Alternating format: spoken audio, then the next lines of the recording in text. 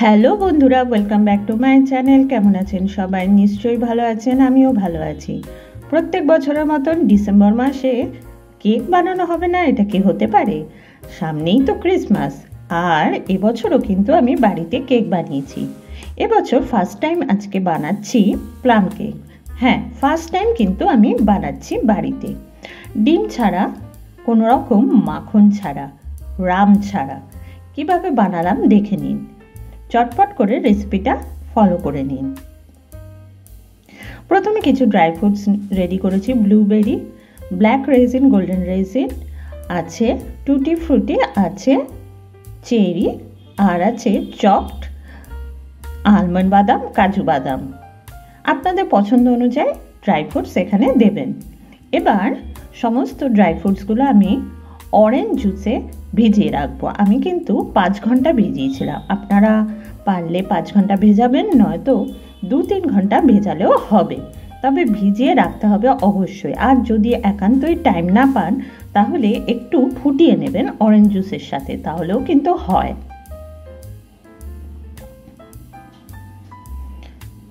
বেশ কিছুটা কাজু আর আলমন্ড বাদাম আমি চপড করেও নিয়েছি।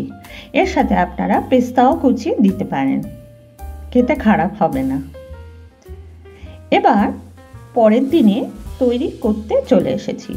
প্রথমে দেখে নিন, আমি এখানে 1/3 কাপ চিনি ক্যারামেলাইজ করব। তার জন্য গ্যাসের আঁচটাকে লো রেখেছি, প্যান বসিয়ে দিয়েছি আর চিনিগুলো দিয়ে দিয়েছি। 2 চামচ একটু জল দিয়েছি। এবার এটা ওয়েট করছি ক্যারামেলাইজ হওয়ার জন্য। দেখুন ক্যারামেলাইজ এটা হয়ে গেছে।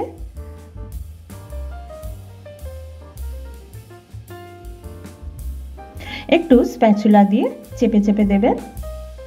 এবার আমি এখানে আবার 1/3 কাপ জল দিয়ে দেব। জলটা যখন দেবেন অবশ্যই গ্যাসের আঁচটাকে বন্ধ করে দেবেন। আমি গ্যাসের আঁচটাকে বন্ধ করতে ভুলে গেছিলাম।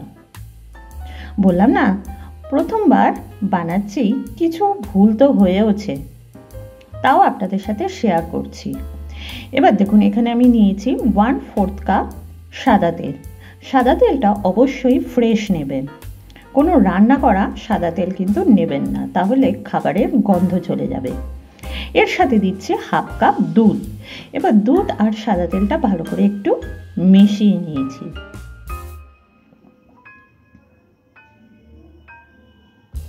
এর সাথে দিয়ে দিচ্ছি চিনি গুঁড়ো। এখানে আছে বেশি না 2 টেবিল চামচ চিনি গুঁড়ো। আমি কিন্তু খুব বেশি মিষ্টি এখানে দিচ্ছি না, আপনারা যতটা মিষ্টি খাবেন ততটা অ্যাড করবেন। এখানে চিনি গুঁড়ো অনেকে অ্যাড করে না, একেবারে ক্যারামেলাইজে চিনি দিয়ে দেয়। আমি এখানে চিনি গুঁড়ো একটু অ্যাড করছি। এর সাথে দিয়ে দিচ্ছি vanilla essence. 1 teaspoon vanilla essence আমি এখানে দিয়েছি। এবার ভালো করে ফেটিয়ে নিয়েছি। ফেটানোটা কিন্তু আমি আর দেখালাম না। এবার আমি ড্রাই ইনগ্রেডিয়েন্টস দেবো। প্রথমে দিচ্ছি 1 কাপ ভর্তি ভর্তি ময়দা। আপনারা এর জায়গায় আটা দিয়েও করতে পারেন। এর সাথে দেব গুঁড়ো দুধ।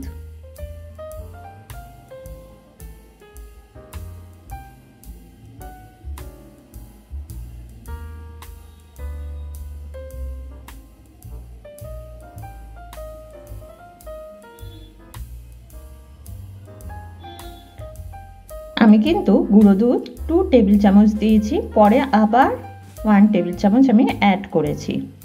এবার দিচ্ছি বেকিং পাউডার 1 টিস্পুন। একেবারে মাথা কাটা নেবেন, কমও না বেশিও না। এবার দিচ্ছি 1/2 টিস্পুন বেকিং সোডা।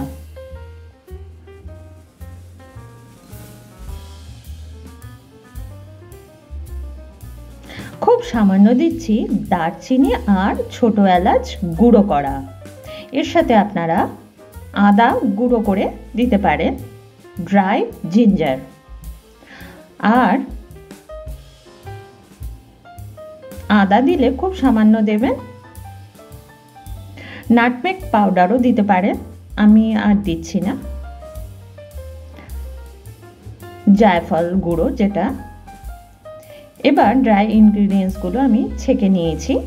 এবার ভালো করে মিশিয়ে নিতে হবে, কোনো রকম লাম্পস থাকলে চলবে না, তাই মেশানোটা কিন্তু খুব ইম্পর্টেন্ট। আর খুব ভালো করে মেশাতে হবে, একটু টাইম নিয়ে এটা কিন্তু ফেটাতে হবে।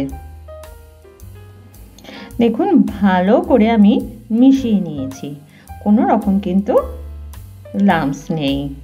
এবার যেই ড্রাই ফ্রুটসগুলো অরেঞ্জ জুসে ভিজিয়ে রেখেছিলাম সেই ড্রাই ফ্রুটসগুলো আমি এখানে দিয়ে দিচ্ছি।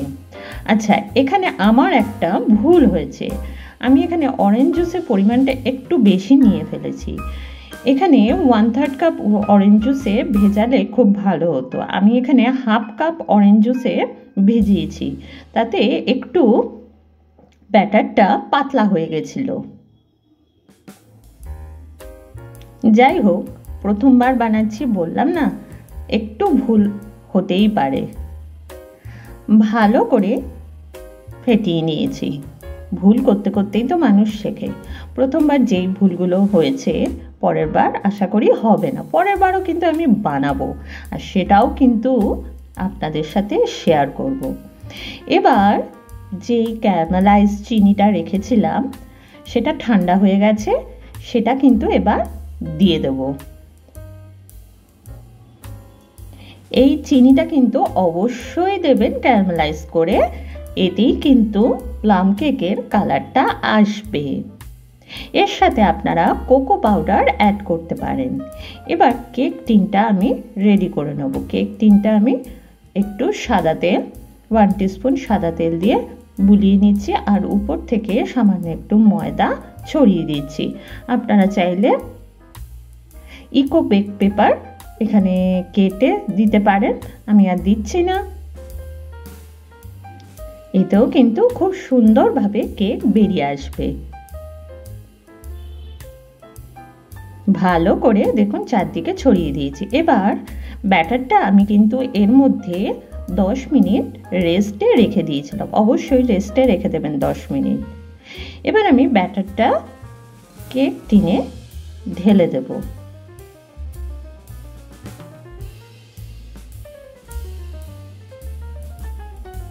আপনারা বাড়িতে প্লাম কেক কিভাবে বানান অবশ্যই কমেন্টে জানাবেন।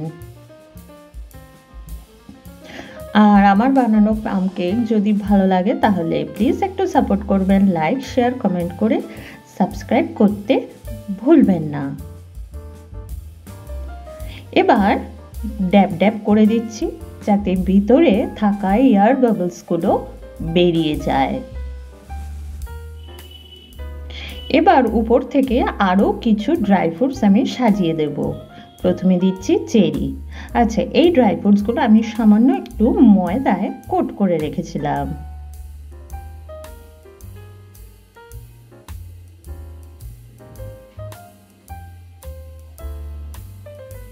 আপনারা চাইলে হাফ বেক হওয়ার পরও কিন্তু দিতে পারেন। যদি আপনারা গ্যাসের আঁচে করেন তাহলে হাফ বেক হয়ে যাওয়ার পর উপর থেকে ড্রাই ফ্রুটসগুলো সাজিয়ে দেবেন।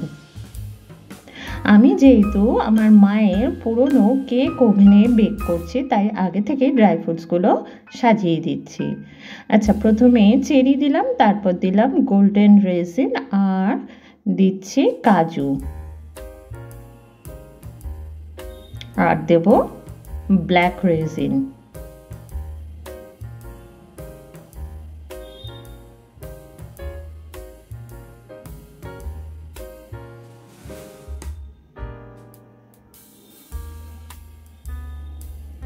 এবার বেকিংয়ের জন্য বসিয়ে দেব। অলরেডি প্রিহিট করে রেখেছিলাম, দেখুন বেকিংয়ের জন্য বসিয়ে দিয়েছি।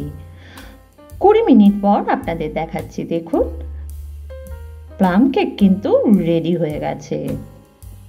এবার আমি ওভেনটা বন্ধ করে রেখে দেবো, ঠান্ডা হওয়ার পর সার্ভ করব।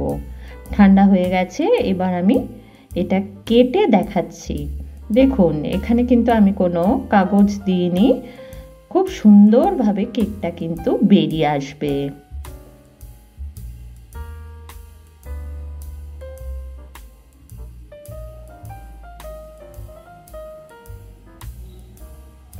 এখনো কিন্তু বেশ গরম আছে। আর আর এটা কিন্তু খুবই নরম স্পঞ্জি হয়েছিল। ফার্স্ট টাইম যে এত ভালো বানাবো আমি নিজেও বুঝতে পারিনি।